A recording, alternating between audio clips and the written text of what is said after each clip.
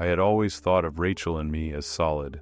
Our 8 years of marriage were a testament to the love and trust we had built. We had 2 children, a lovely home, and steady jobs. Life wasn't perfect, but it was good enough that I never suspected anything would shake it. But something was off. The changes were subtle at first, barely noticeable, like a shadow moving just out of view. Rachel had always been warm and attentive, but over the past few months, she'd become distant. She'd start a conversation, but it felt like she wasn't really there. At first, I told myself it was nothing. Stress from work, the kids, the endless juggling act of life. But as time passed, I couldn't ignore the growing distance between us. Our favorite place in town was a small cafe, a cozy little spot where we had shared so many mornings and afternoons. It had always been our place, where we could talk, laugh, and just be ourselves. I cherished those moments more than anything. But lately, Rachel had started going there more often, alone. She'd say she needed some time to herself, time to work, time to unwind. I didn't question it until that day. It was a Thursday, and I had an unexpected day off. The kids were at school, and for the first time in weeks, I had a moment to myself. I decided to surprise Rachel. Maybe we could reconnect over lunch at the cafe, talk about things, life, the kids, whatever. I didn't expect anything unusual. I didn't have any reason to be suspicious, but something in my gut told me today would be different.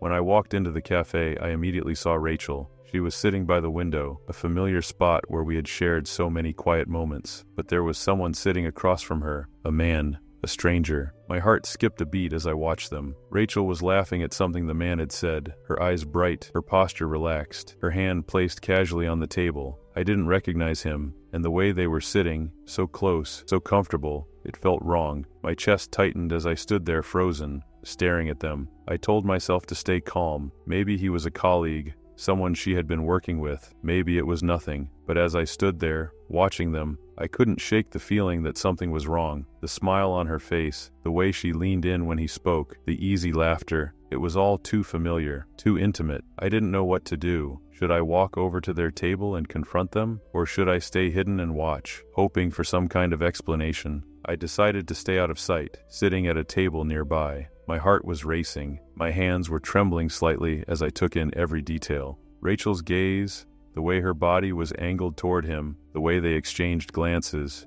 It wasn't just friendly. It was something more. I kept telling myself that I was overreacting, but deep down, I knew. I had been married to Rachel long enough to know when something wasn't right, and this wasn't right. As I watched them interact, I tried to convince myself that there was a reasonable explanation. Maybe they were just friends, or perhaps he was someone she had recently met through work, but my mind refused to accept that. I had never seen him before, and the way she smiled at him, that wasn't the Rachel I knew. She wasn't that open with anyone else, not even me. My thoughts were spinning, my emotions tangled. Should I leave? Confront her? I couldn't just walk away. I had to know what was going on. Finally, I stood up. My legs felt like lead as I walked toward their table, my heart pounding in my chest. When Rachel looked up and saw me standing there, her expression changed immediately. It was as if the air in the room shifted. She looked startled, her smile fading, her eyes wide with surprise. I didn't say anything right away. I just stared at her, trying to make sense of what I was seeing. The man sitting across from her shifted uncomfortably in his seat, glancing between us. I could see the tension in the air. "I wasn't expecting you," Rachel said, her voice faltering. Her eyes didn't meet mine, and there was a nervous edge to her tone. I couldn't hold it in anymore. "Who is he?" Rachel hesitated for a moment, then looked at me with a forced smile. "He's just someone I've been working with, a colleague." But something in her voice, something in the way she said it, didn't sit right with me. I could tell she was lying. The more I thought about it, the more I realized how many times she had been distant, how many times she had been on her phone, looking at messages I couldn't see. Before I could say anything else, the man stood up, looking between Rachel and me with an awkward glance. "I should go," he muttered, before excusing himself. Rachel tried to calm me down, insisting that everything was innocent. But the smile on her face, the way she was acting, it didn't add up. I couldn't ignore the pit in my stomach. Something wasn't right, and I needed to get to the bottom of it. The days following that lunch were filled with confusion and frustration. Rachel tried to assure me that everything was fine, that I was overreacting. She told me again that the man from the cafe was just a colleague, a business associate, but I couldn't shake the feeling that something had changed between us. I had been blind to the signs for months, but now everything seemed clear. The late nights, the unexplained absences, the secretive phone calls, it all added up. It was like a dark cloud had settled over our home. I tried to talk to Rachel, to have a conversation about what had been happening, but every time I asked, she would deflect, growing defensive, claiming I was being paranoid. I couldn't let it go. I couldn't ignore the doubt gnawing at me, so I started paying attention to everything, every small detail. I watched the way Rachel acted around me, the way she avoided my questions, the way she seemed to be slipping further and further away. One evening, after she had gone into the shower, I found myself standing in front of her phone. I hadn't ever been the kind of person to snoop through her things, but I couldn't help myself. My mind was racing with suspicion, and I needed answers. With trembling hands, I unlocked her phone. I knew she had always trusted me, never thinking I would invade her privacy. But in that moment, I couldn't stop myself. What I found made my stomach drop. There, in her text messages, was the truth. The man from the cafe wasn't just a colleague, he was someone she had been intimate with. The tone of the messages was flirtatious, playful, and at times explicit. I could feel the world around me start to spin as I read through them. My hands shook as I scrolled through more messages, each one more damning than the last. It was real. She had been cheating on me, and I had been too blind to see it. I stood there, staring at the screen, my heart sinking deeper with every word. The betrayal was like a slap to the face. I had trusted her completely. I had loved her with all my heart, and now I was standing in the ruins of everything I thought was true. I couldn't hold it in any longer. I needed to confront her. I needed to know why she had done this to us, to our family. When Rachel came out of the shower, I was sitting on the couch, the phone in my hands. I didn't say anything right away. I just stared at her, my mind racing with questions, my heart filled with anger, hurt, and confusion. "Chris, what's wrong?" she asked, her voice filled with concern, but I could hear the nervous tremor beneath it. I didn't answer her. Instead, I handed her the phone, the messages glowing on the screen. "Explain this," I said, my voice thick with emotion. Rachel's face went pale as she saw the texts. I could see her hands shake as she stared at them. Her eyes flickered to mine, but she couldn't meet my gaze for long. She knew. I knew. We both knew what this meant. I didn't mean for this to happen," she whispered, her voice cracking. "It was a mistake, Chris. A huge mistake." I didn't know what to say. The pain in my chest was suffocating. She had betrayed me. She had betrayed everything we had built. "You've been lying to me," I said, my voice low, thick with hurt. "All this time you've been lying." "I'm sorry," she cried. "I never wanted to hurt you. I've been unhappy for so long. Things between us changed, and I didn't know how to fix it. I couldn't hear it. I couldn't listen to her excuses. The hurt was too deep, the betrayal too raw. I had trusted her, and she had shattered that trust. The love we had, it was gone, and nothing could bring it back. The days after the confrontation were a blur, filled with emotional chaos and an overwhelming sense of loss. Rachel, for all her apologies and promises, couldn't undo what she had done. Her affair with the man from the cafe was a wound that couldn't be healed with words alone. It wasn't just the betrayal that hurt. It was the realization that everything I had believed about our marriage, about her, had been a lie. Rachel begged me to forgive her, pleaded with me to understand that it had been a mistake, that she was sorry. But the more she apologized, the more distant I felt. How could I ever trust her again? How could I ever look at her the same way when I knew that she had been hiding something so monumental from me? It wasn't just the affair itself, it was the secrecy, the lies, and the emotional distance that had been growing between us for months, maybe even years. She kept saying that it was a mistake, but it wasn't just one mistake. It was a series of choices, a pattern of behavior that had led her to betray me. She had been lying to me, hiding the truth, all while I had been loving her and trusting her with everything I had. I wanted to scream. I wanted to hurt her the way she had hurt me, but I didn't. Instead, I withdrew. I couldn't look at her. I couldn't talk to her. The house felt cold, empty, and alien. The life we had built together was suddenly a hollow shell. I moved through the motions of daily life, trying to focus on our kids, on work, on anything that could distract me from the pain that gnawed at my insides. I couldn't be angry all the time. I had to keep it together, at least for their sake, but inside I was falling apart. Every time I looked at Rachel, I was reminded of her betrayal, of the man she had turned to when she was unhappy, when she felt neglected. The thought of her with him made me sick to my stomach. Rachel tried everything to make things right. She canceled plans with friends to spend more time with me, tried to show me that she still loved me, but it felt like she was trying to rebuild a house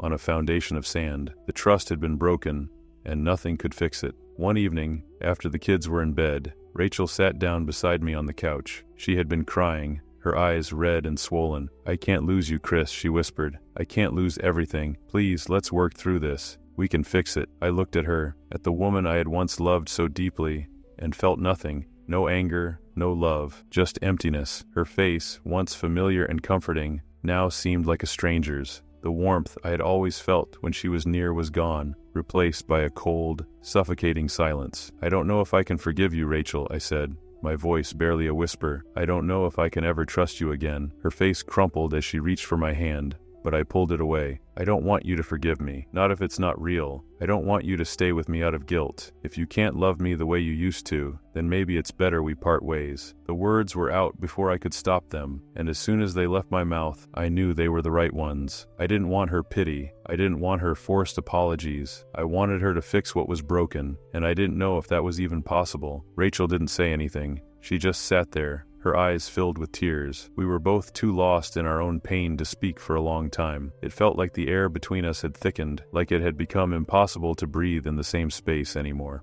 I had to leave. I needed space, clarity. I needed to decide if this marriage was worth saving, or if it was time to let go. So I made the decision to move out for a while. I couldn't live in that house anymore, not with the ghost of her betrayal hanging over me. The weeks that followed were some of the hardest of my life. I moved into a small apartment, one that was stark and impersonal, a reflection of the emptiness I felt inside. Rachel reached out constantly, calling, texting, begging for a second chance. But every time I heard her voice, I felt the sting of what she had done. The hurt was too fresh. I needed distance to figure out what I wanted, and whether I could ever truly forgive her. It wasn't easy. The kids asked about where I was living, why I wasn't home, and I had to explain to them in the simplest terms that things weren't going well between Mommy and Daddy. Their innocent questions cut deep, reminding me of everything I was losing. I didn't want to hurt them, but I didn't know how to fix the mess that had been made. Rachel kept asking if we could talk, but I wasn't ready. Every time we spoke,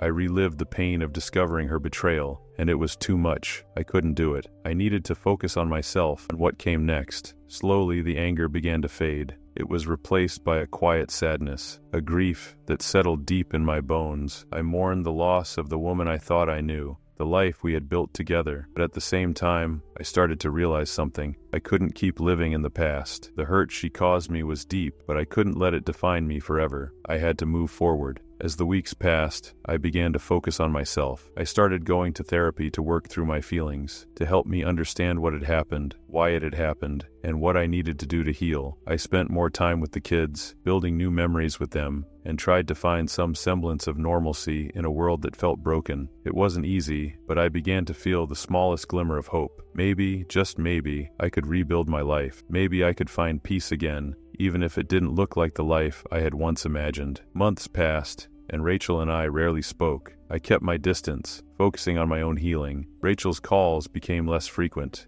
her texts fewer. She stopped begging for forgiveness, stopped trying to convince me to come back. I think she knew deep down that it was over. And then one day, out of the blue, I received a message from her. It was short and simple. "I'm sorry, Chris. I will always love you, but I understand if you can't forgive me. I hope you find happiness." I sat there for a long time, staring at the screen. I didn't know what to say. In that moment, I realized that I had already made my peace. I didn't need her forgiveness. I didn't need her approval. What I needed was to move forward, to rediscover who I was, without the weight of betrayal holding me down. I made the decision to officially end things with Rachel. We met one last time, in a quiet cafe, where we had once shared our hopes and dreams. She apologized again, but this time, I didn't feel the anger or the hurt. I simply nodded, told her I wished her the best, and walked away. It wasn't the happy ending I had once imagined, but it was the ending I needed, and in that, I found peace. The road to healing was long, but I had learned something important along the way. Sometimes, the hardest part of moving on is letting go, and once I did,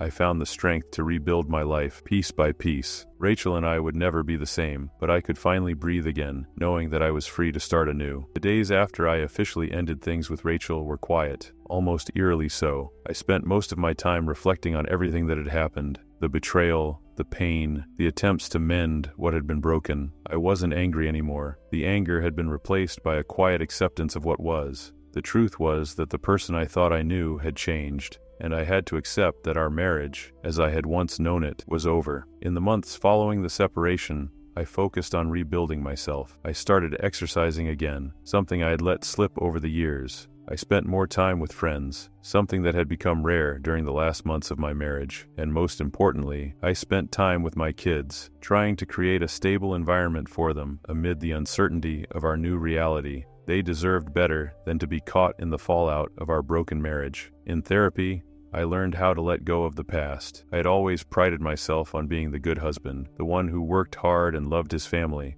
but I had failed to see the signs of Rachel's unhappiness. I had been so focused on keeping the family together, on maintaining our image as the perfect couple, that I ignored the emotional distance growing between us. I now realize that a relationship couldn't be fixed with just good intentions. It required constant work, honesty, and communication. The healing wasn't linear. Some days, I felt like I was moving forward, and other days, it felt like I was back at square one. But I was learning to forgive myself, to release the guilt that had plagued me for so long. I wasn't perfect, and neither was Rachel. We both made mistakes, but it was the way we handled those mistakes that had torn us apart. One of the most difficult things about the aftermath was the loneliness. At first, I couldn't bear to be alone. I missed the companionship of being married, the comfort of knowing that someone was there for you at the end of the day. But slowly, I began to realize that I didn't need someone to complete me. I was whole on my own. The loneliness was just another part of the healing process, a reminder that sometimes you have to go through the darkness to find the light. The first time I felt like myself again was when I took a trip with some friends to a cabin in the mountains. It wasn't a lavish vacation, just a simple getaway, but it was exactly what I needed. It was the first time I felt free from the weight of my past, free from the expectations of what I thought my life should have been. It was there, surrounded by nature and the people who truly cared for me, that I realized I was ready to move forward. The pain of the past would always be with me, but it didn't have to define my future. I had the power to shape the next chapter of my life. When I returned, I felt lighter. The small moments that used to irritate me, like the sound of the kids arguing in the next room, no longer bothered me. I was just grateful to have them in my life. I had learned to embrace the small victories, the simple pleasures, and to let go of the things that didn't serve me anymore. It wasn't long before I realized that I was ready for something new, something beyond the shadows of my past. I started dating again, though it was a slow process. I wasn't in a rush to replace Rachel. I was just curious to see what else life had to offer. The first few dates were awkward, and I found myself comparing every woman to Rachel.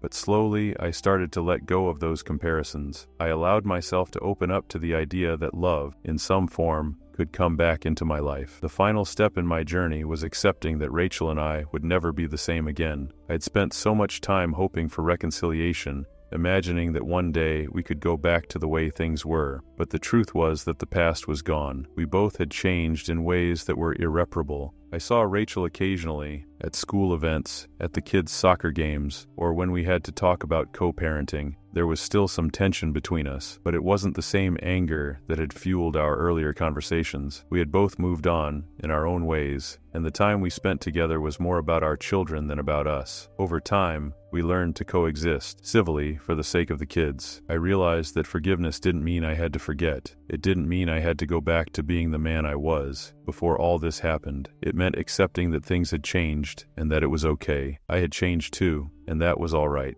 The more I accepted my new reality, the more at peace I felt. I began to see Rachel not as the woman who betrayed me, but as the mother of my children, a woman who had her own journey to walk, just as I did. We weren't enemies, but we were no longer the couple we once were. The healing took time, but one day, I realized I no longer felt the weight of the past on my shoulders. I had let go of the resentment, the anger, and the sadness that had once consumed me. I was free to build a future without the shadow of Rachel's betrayal looming over me. And for the first time in a long time, I felt hopeful. Years passed, the kids grew older, and Rachel and I settled into a new routine. One where we were no longer the married couple, but two people who shared a common responsibility. We both moved on in different ways, and the bitterness that once existed between us faded into something more like mutual respect. I never remarried, and maybe that was the path I was meant to take. I focused on my career, on being the best father I could be, and on finding peace within myself. The world seemed a little less heavy without the constant pull of the past. And as for Rachel, I hope she found the happiness she was seeking. I don't know what the future holds,